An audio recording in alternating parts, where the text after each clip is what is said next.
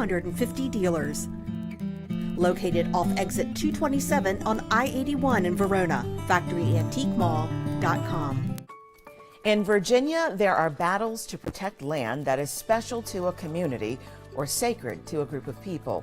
What happens when individuals want to prevent change and keep others out? And what about the rights of new owners or plans for development that serve the public good? We'll explore these questions and other stories on VPM News Focal Point.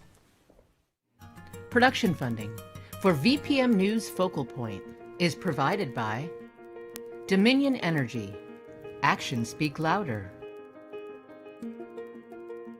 The estate of Mrs. Ann Lee Saunders Brown. And by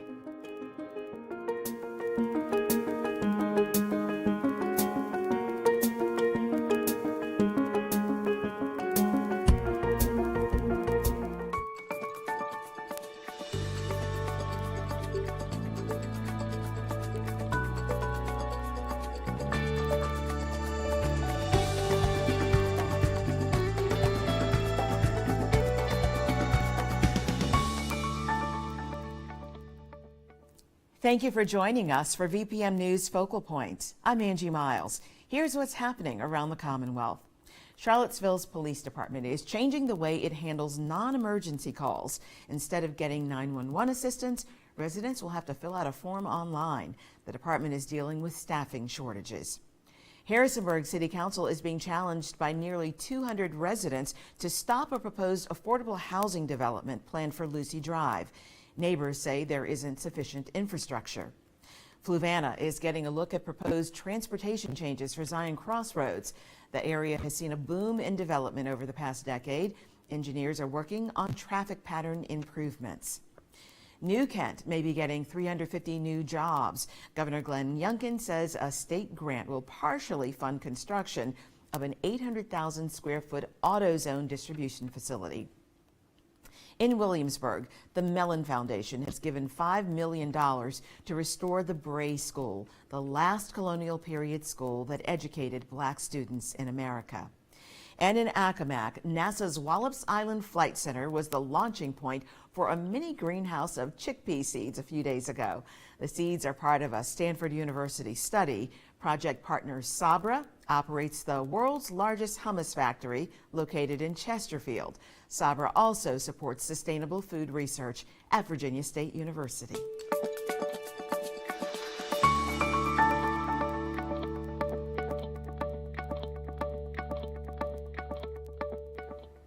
In Richmond, legislators are halfway through Virginia's General Assembly session. VPM News reporter Patrick Larson is downtown to bring us our special segment, Capitol in Focus. Patrick. Thanks, Angie. Well, lawmakers are fine-tuning their bills before sending them over to Governor Glenn Youngkin for final approval. He's actually already signed off on one bill that allows parents to opt their children out of school mask mandates. That's a hot-button issue we've been covering a lot at VPM. Now, other things are less certain. For instance, a push from the Senate side to set up a regulatory market for cannabis in Virginia. Now, one thing that we are looking at for the remainder of session is the budget. Lawmakers have been going back and forth on this for weeks, and Virginia actually has a lot of money to spend. We had a $2.5 billion surplus last year, and lawmakers have about 2.5 weeks to figure it out. Patrick, can you talk a little bit about budget proposals that you've been following? Well, Virginia has to meet certain Chesapeake Bay cleanup goals by 2025. It's part of a multi-state agreement that we're in with the Environmental Protection Agency, and lawmakers are currently looking at the budget up until 2024. So we're really right up against the edge there, and a lot of programs that previously have been underfunded are getting the full attention that they need now to meet those goals. Okay, Patrick, how about notes on any other bills that you're tracking? Well, I've been covering some legislation that would change how citizen pollution boards operate in Virginia. Currently, they're part of the Department of Environmental Quality, but they actually have independent authority to approve or deny certain pollution permits. Now, Republicans this year are saying that the boards have too much power and that they've taken a sort of activist slant that's bad for business, and they want to hand that permitting power back to the Department of Environmental Quality, and it looks like they're going to have the votes to do it. Thank you. We appreciate those insights, Patrick. Patrick Larson reporting for Capital in Focus. VPM News Focal Point covers a wide range of issues. We're interested in learning different points of view from all over the Commonwealth. We asked and we listened. Our Keyris Manzanares is here with our People of Virginia segment. Keyris. Thanks, Angie. When it comes to land rights, how do communities weigh competing interests? Should our leaders and laws support those who want progress or those who want to preserve the places that matter the most to them? We asked specifically about efforts to protect Native American land. Here's what some Virginians told us. If something that was taken belongs to somebody else, then, I mean, maybe there needs to be some justice, I guess. As far as like native land owning, I think that their ownership should definitely take precedent over any kind of like governmental infrastructure developments.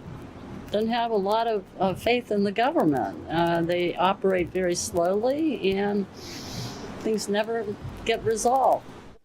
And we're still listening. After you watch today's stories, please share your thoughts on our website, vpm.org/focalpoint. Angie? Thank you, Keyris. Land rights are currently in focus in Virginia's General Assembly.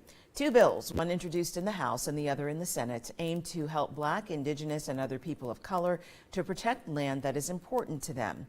The legislation builds on pledges made by former Governor Ralph Northam, but extends important protections for nearly a decade.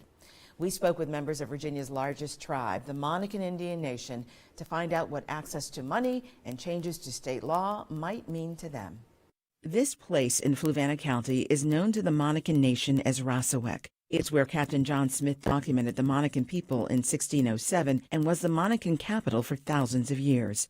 I feel like if we cannot protect that site, there's no site in Virginia that we'll be able to protect because of the significance to us. Monacan Chief Kenneth Branham is talking about the tribe's fight to protect Rassawek from a planned water treatment facility. He says he and other tribal members have no objection to the project, but there are other places along the James River that is just as good, if not better, to put pump stations than on a sacred piece of property that may have our ancestor remains there. You know, you wouldn't disturb a large cemetery just to put a pump station when you can go a half mile down the road and put it up. The Monacans, other tribal nations, and other people of color have more power behind their convictions because of former Virginia Governor Ralph Northam. Before leaving office, he pledged $22 million to Indigenous, Black, and other citizens of color to protect their culturally significant or sacred places. Also, Northam ordered that Native tribes must have input before the state approves development projects. Looking at the Native Americans, they were here long before people came from Europe. This was their land, and that land was taken from them. And so I've always felt it important to respond to their needs and requests. Headquartered in Amherst County, the push to protect and preserve history and honor Monacan ancestors has been ongoing. Years ago, they acquired this property in Amherst, the site of a tribal school that dates back centuries, and they established a museum that houses images, artifacts, and untold stories. So this particular display here, of course, are pieces of pottery. This is stuff that was found on archaeological digs in Fluvanna County, up on the other side of Charlottesville. The tribal complex was just a start. A government CARES grant has funded this complex with offices, a meeting hall, a community food pantry, and both a clinic and a senior center in the works. We've found that you can't do anything in a tribe without land. Land is the basis for everything. So to actually have funds to buy land that historically was occupied by the Monacan tribe is a great step forward. Along with that support and funding, the tribe paid more than $5 million for 1,300 acres they refer to as the farm. And they have grand plans that may mean a subdivision, a wedding venue, and much more to benefit not only tribal members, but also the community at large. I'm not bitter with the state of Virginia, but I think it's been a long time coming. But not just for here in Amherst County and Virginia, all over this United States. We have more or less always been the underdog The elders are seeing things beginning to change. Each says they don't feel entitled and don't expect handouts, but they also recognize there is the reality of what happened to their ancestors, and they say there is a welcome opportunity for state leaders and laws to try to restore some of what was taken. House Bill 141 and Senate Bill 158 are still making their way through the chambers. Both ensure access to land protection funding for Virginia's tribes. Leaders from other tribes that did not appear in this story tell me they are watching this process closely.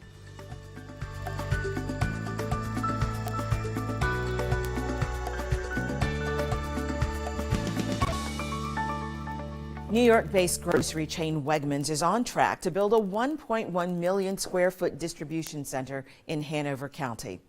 According to former Governor Ralph Northam and Hanover's Board of Supervisors, the Wegmans project will create 700 well-paying jobs that will boost the tax base significantly.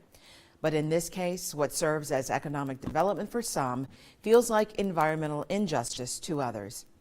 We introduce part one of a series on the evolving legacy of Black churches in Virginia by taking you to Brown Grove Baptist Church, the beating heart of a historic Black community in Hanover. The Wegmans facility that promises jobs is being built in the middle of the rural Brown Grove neighborhood, directly across the street from the church. Many residents are concerned about how it will impact their community. VPM did request interviews with Wegmans and with Hanover supervisors several times. They have declined to speak with us. Here are the people of Brown Grove in their own words. Brown Grove is a community where everybody knows everybody.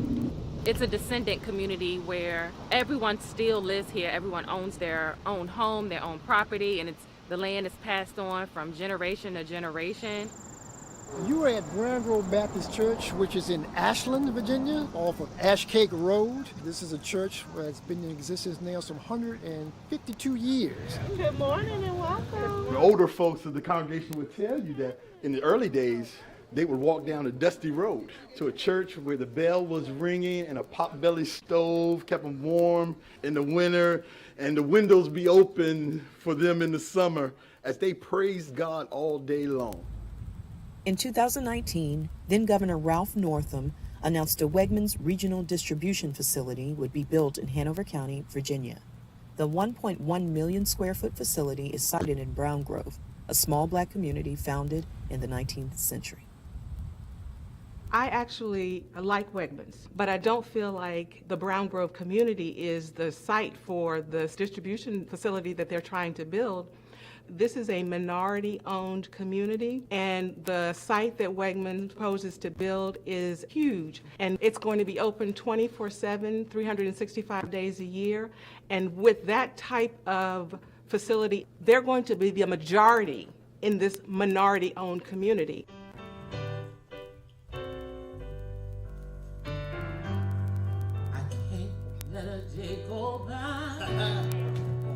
Without praising his name. I grew up in Brown Grove community. All of my ancestors are from Brown Grove. We are descendants of Caroline Morris, which she's my great-great-grandmother. And the membership of this Brown Grove church is mainly made up of her descendants. After slavery, the elders, they worked together, they shared everything together in the community. And the old people used to say that, you know, we want to leave something for their children. Grandma Caroline gave all of her children land, and the Brown family donated land to build a church. First church we had, 6 men in a brush harbor. They had a vision that they wanted to worship freely. Then later on, a wooden church was built, and then it was a frame church. And from that frame church, there was a school, a 2-room school, and when the 2 churches burned down, they worshiped in the 2-room schoolhouse. Let a day go by without praising his name. It is the one thing especially in America, that we've had that's been our own. Remember, the beginning of the African American church was where folks learned how to read, because at the beginning, the pastor was the only one who could read the Bible. Reading took place, education took place, everything was galvanized around the black church. Can you imagine how Noah felt that when the ark was opened again, everything that he had known had been washed away? Black church has a lot of history. This is where we always came to discuss political issues, issues involving the community, family, you name it. It took place in this church as one. Those who were planted in the fields, the homes that had been built, all of that gone. Understanding the history of a black church, because that's all they had back then. They weren't allowed to speak, and there's not a whole lot of written literature. Now God has not changed. To have this land set aside for church use only and be a blessing to this community, to have that remembered. All the families from Miss Morris on to build something special here. And there's a lot of fond memories, love, blood, sweat, and tears that have transpired through the years that we want to see preserved. As you can see, the church is right behind me.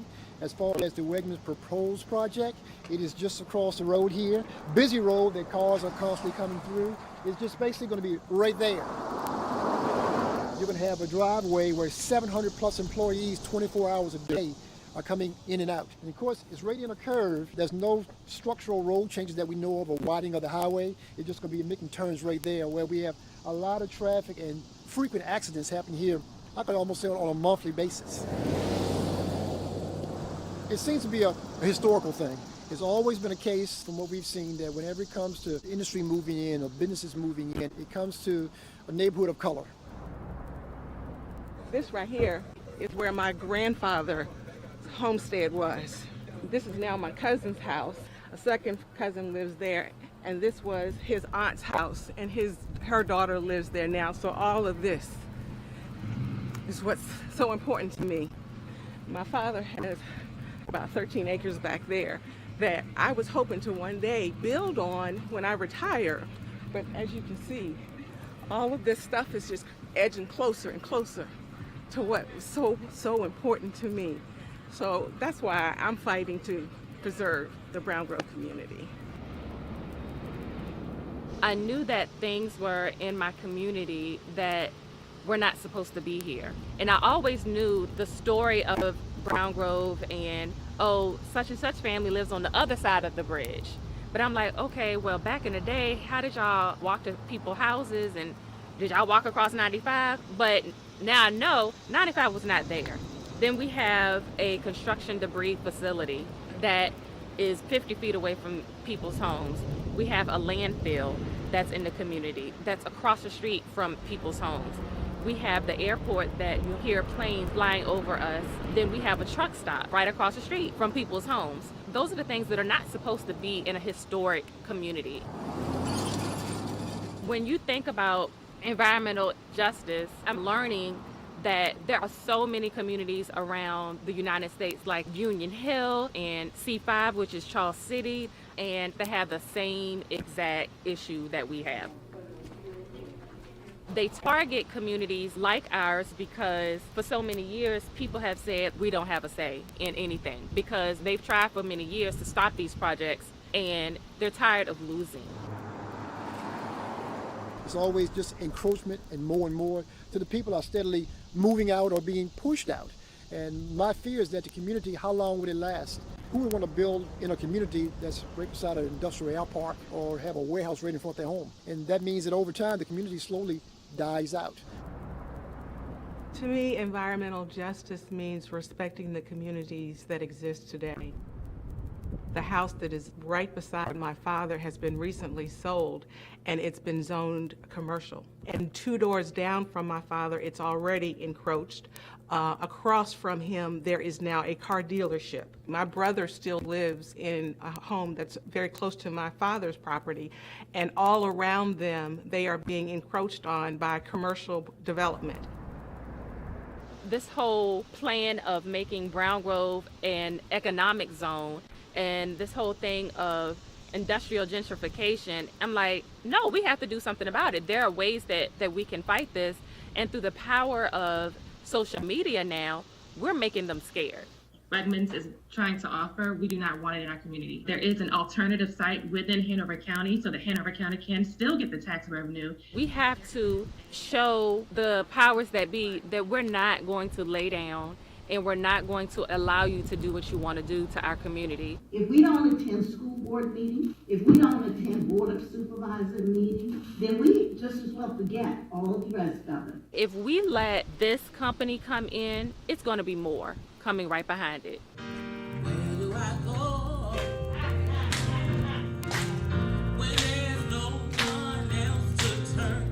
I think my grandmother would feel wonderful that her descendants have a voice to even speak about Wegmans or other developments trying to come in when they didn't have a voice.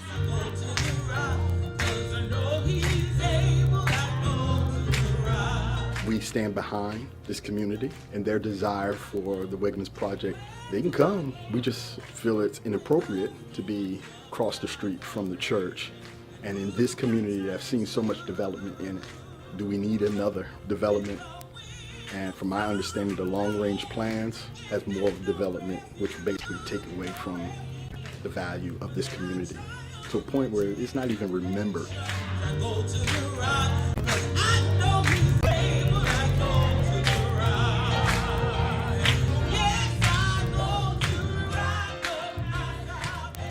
An injunction challenging a key project permit issued by the State Water Control Board was denied January 10, 2022. The agency's permit stands, allowing the project to move forward. A separate lawsuit challenging the Hanover Board of Supervisors' decision to permit the project was dismissed, but has been appealed. Wegmans and Hanover supervisors declined multiple interview requests for this story.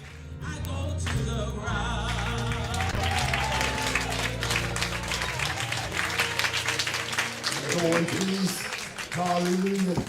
God is good. And he's worthy to be praised. Love you. Love you, Brown Grove family and friends. You may be aware there are several other Virginia communities that have fought to stop major developments in recent years in what they deemed campaigns for environmental justice. You can learn about more of these battlegrounds with an interactive map at vpm.org/focalpoint.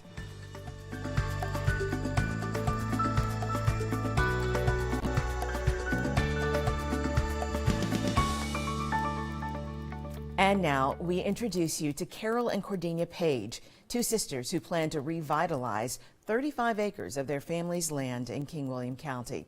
Black farmers have lost millions of acres of land in the last century and now farm on less than 1% of the nation's total farmland. The sisters intend to use their inheritance to give black farmers a fresh start.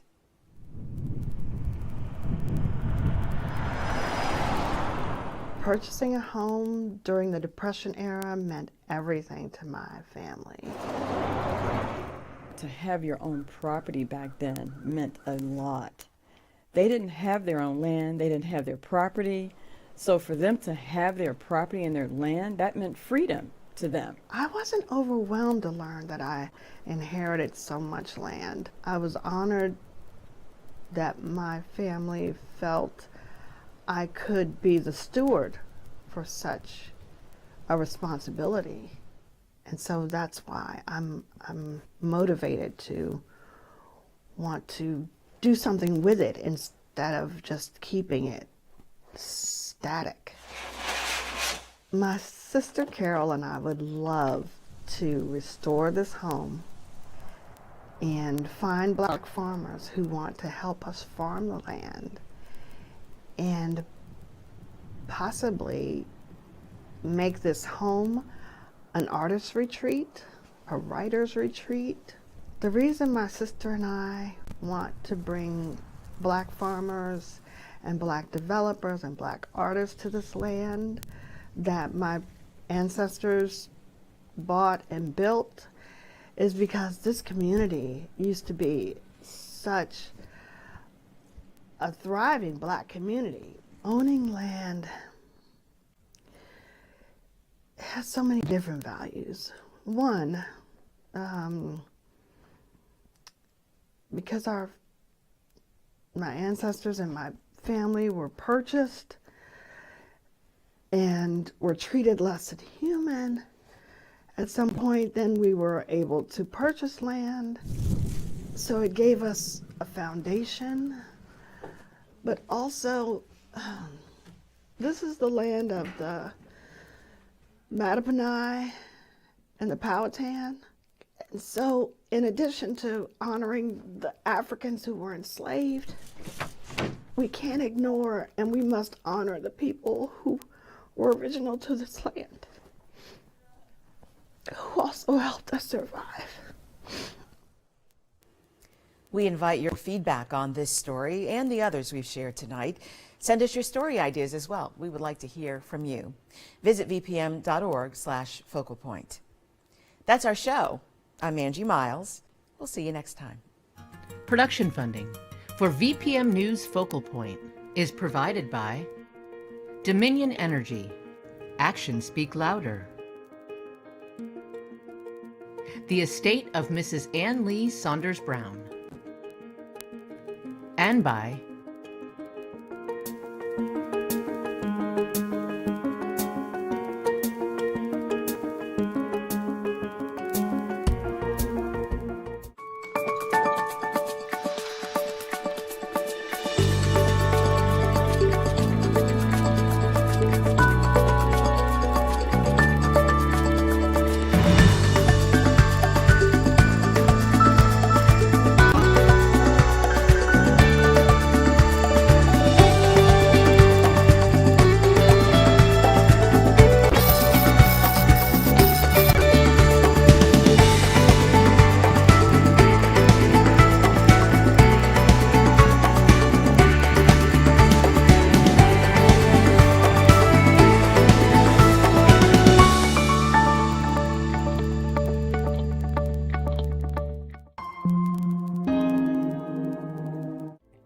How far have we come in creating a more equitable and inclusive world? I'm Adrienne Cole Johnson, and I ask you to join me for Racism, Challenging Perceptions, a series of authentic conversations about racism, covering mental health, communities, educational systems, and more. Experts and leaders examine the